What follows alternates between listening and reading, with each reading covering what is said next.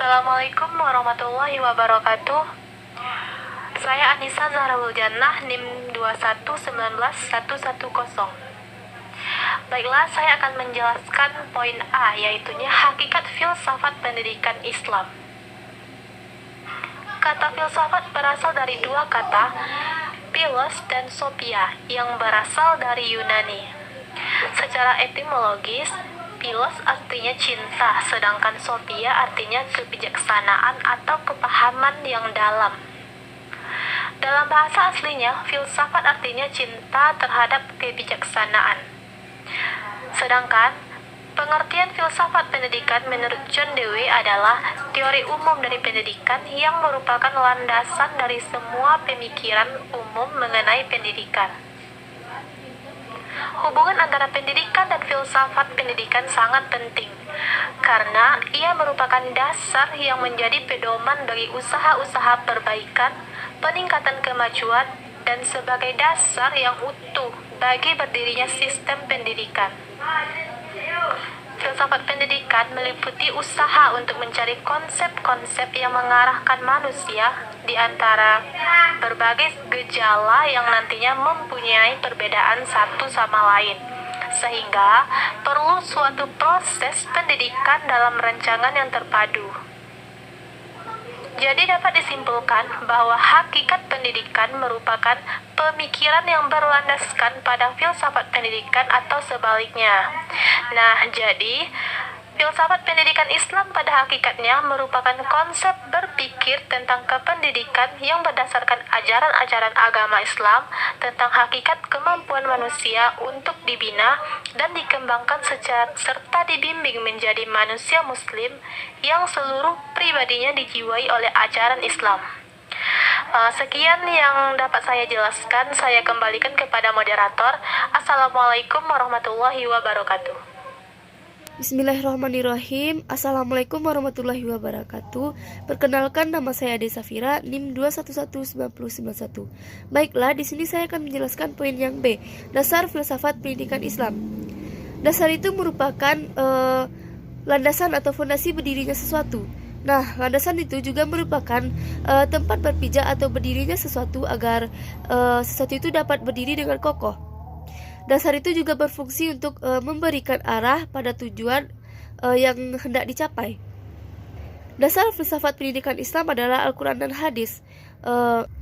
Al-Quran merupakan petunjuk bagi kita, sesuai dengan firman Allah Subhanahu wa Ta'ala, yang artinya dalam surah Al-Quran Al-Isra ayat 9, yang artinya sesungguhnya Al-Quran ini memberikan petunjuk kepada jalan yang lebih lurus dan memberikan kabar gembira kepada orang-orang mukmin yang mengerjakan amal saleh bahwa bagi mereka ada pahala yang besar.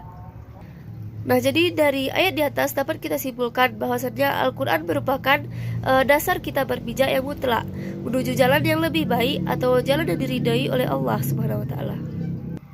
Baiklah, selanjutnya saya akan menjelaskan poin yang D, fungsi filsafat pendidikan Islam.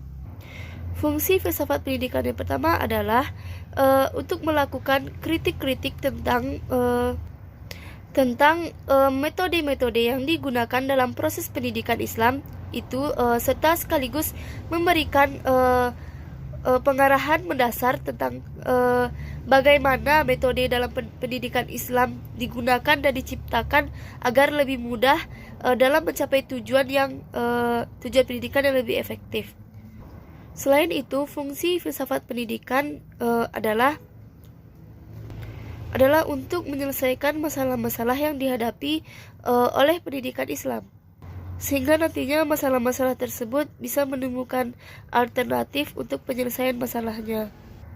Nah, jadi dapat kita simpulkan bahwasannya filsafat pendidikan Islam itu berfungsi untuk mengarahkan dan memberikan dasar pemikiran atau landasan pemikiran yang sistematik, artinya yang tersusun, mendalam, masuk akal, umum, dan menuntut perubahan terhadap berbagai masalah yang terjadi dalam dunia pendidikan dengan menggunakan Al-Quran dan hadis sebagai rujukan atau landasan dan dasar berpijak. Baiklah, sekian yang dapat saya jelaskan. Assalamualaikum warahmatullahi wabarakatuh. Assalamualaikum warahmatullahi wabarakatuh. Perkenalkan, nama saya Adriansah Hasibuan, NIM 21191113. Saya dari kelompok 1 Filsafat Pendidikan Islam. Baiklah, saya akan membacakan makalah kami yang bagian poin C, yaitu objek filsafat pendidikan Islam.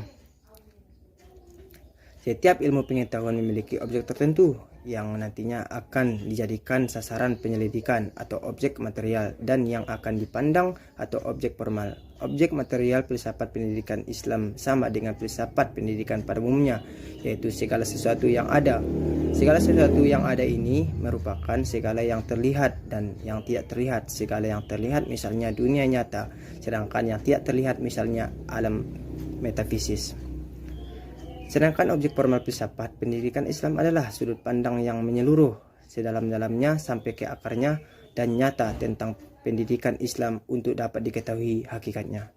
Secara garis besar, yang menjadi objek kajian filsafat pendidikan Islam adalah objek material filsafat, yaitu mencari keterangan sedalam-dalamnya sampai ke akarnya mengenai Tuhan, manusia, dan alam yang tidak bisa dijangkau oleh pengetahuan biasa. Filsafat pendidikan Islam juga mengkaji ketiga objek ini sesuai ketiga cabangnya, yaitu yang pertama ontologi atau ilmu tentang wujud hakikat yang ada, yang kedua epistemologi atau ilmu yang membahas tentang pengetahuan dan cara memperolehnya, dan yang ketiga aksiologi atau penggunaan ilmu untuk memenuhi kebutuhan manusia dan manfaatnya bagi kehidupan manusia.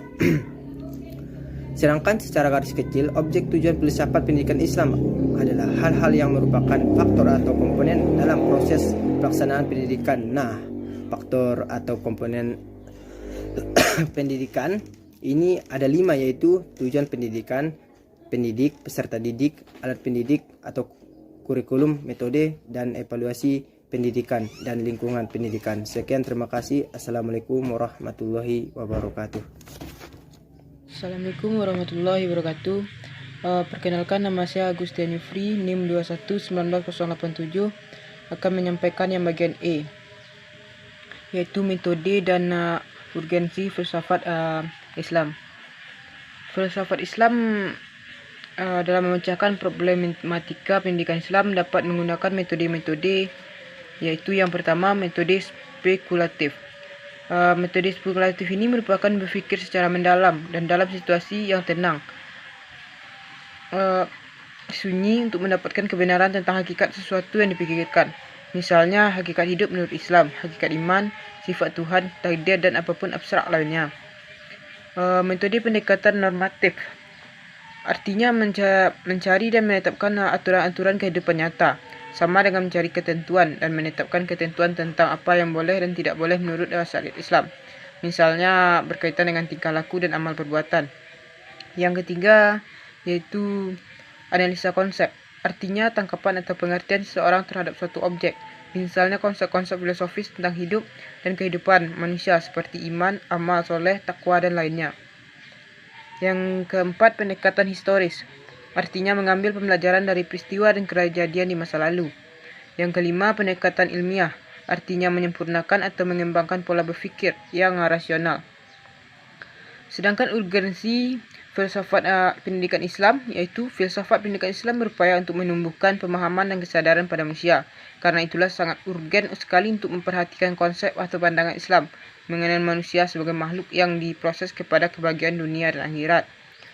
Filsafat pendidikan dipandang urgen ketika para ahli menyoroti dunia pendidikan yang berkembang saat ini, seperti pendidikan Islam pada khususnya maupun pada umumnya, bahwa pelaksanaannya pendidikan tersebut kurang terbangun oleh landasan filosofis yang kokoh, sehingga menyebabkan ketidakjelasannya arah dan jalannya pelaksanaan pendidikan itu sendiri. Sekian, assalamualaikum warahmatullahi wabarakatuh.